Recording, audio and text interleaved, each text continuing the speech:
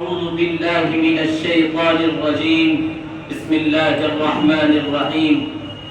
قد أفلح من تزكى وذكر اسم ربه فصلى. وقال النبي صلى الله عليه وسلم: قرة عيني في الصلاة، أو كما قال عليه الصلاة والسلام. حاضرین اکرام اور ذی احتشام، آج مجھے اجازت دیجیے کہ میں مذہب اسلام کے سب سے اہم رکن پر روشنی ڈالوں. وہ اتنا اہم رکن ہے کہ قرآن کی سینکڑوں سے زیادہ آیات میں اس کام کے کرنے کا حکم اور تاکید آئی ہے. کوئی پیغمبر ایسا نہیں آیا جس کو نماز کا حکم نہ دیا گیا ہو اور اس نے اس کو اپنی امت پر پیش نہ کیا ہو. حضرت زکریا علیہ السلام کے بارے میں قرآن کہتا ہے: فنادته الملائکۃ وهو قائم یصلی فی المحراب. حضرت شعیب علیہ السلام کی قوم نے ان کو طعنہ دیتے ہوئے کہا: یا شعیب اصلاتک تأمرک ان نترک ما یعبد آباؤنا.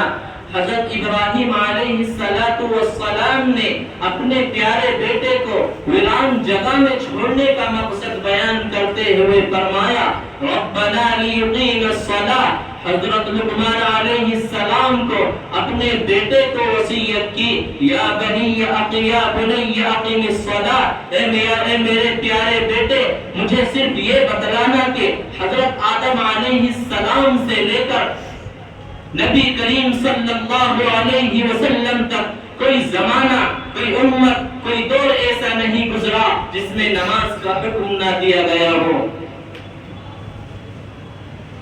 مسلمان بھائیوں، نماز دین کی کسوٹی ہے.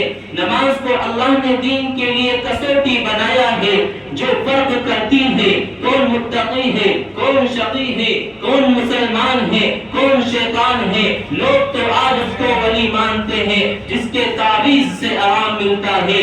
لوگوں کی نظروں میں ولی وہ ہوتا ہے جو عورتوں کو لڑکا پیدا ہونے کی بشارت دیتا ہے. لوگوں کی نظروں میں اللہ والا وہ ہوتا ہے جو لوگوں کو غیب کی باتیں بتلاتا ہے.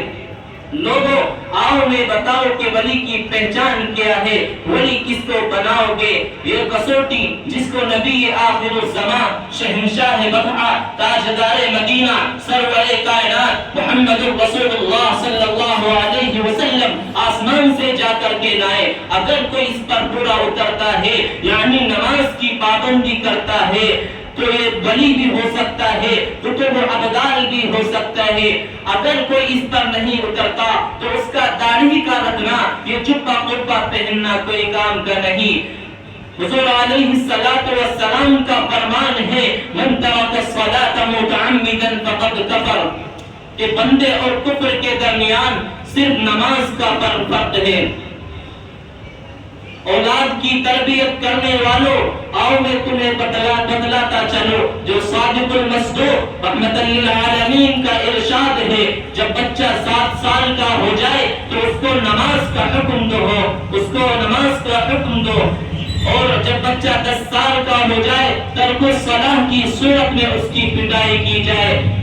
امام سلیمان خطابی جو کہ اپنے وقت کے جلیل القدر عالم ہے، فرماتے ہیں کہ بچہ اگر اس حالت میں بالغ ہو گیا کہ وہ نماز نہیں پڑھتا تو اس کے خطرناک نتائج برآمد ہوں گے.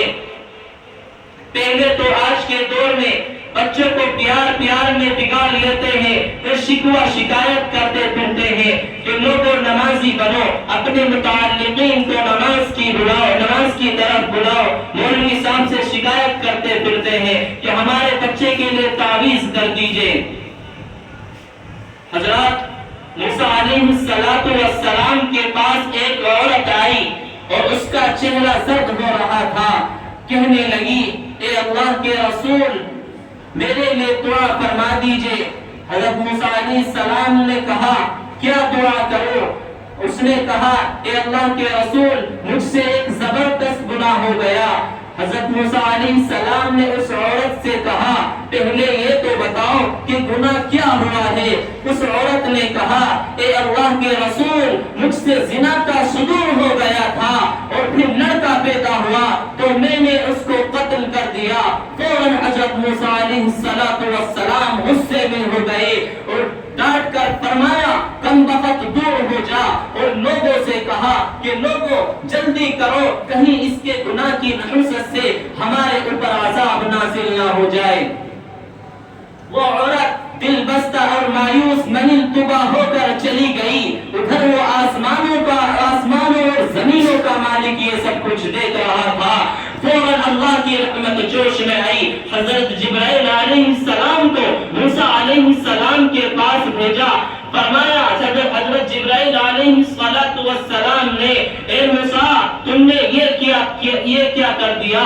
تم نے ہماری گناہگار بندی کو یہ کیسے کہہ دیا کہ تیرا کوئی علاج نہیں؟ اے موسیٰ یاد رکھو کہ زانی اور قاتل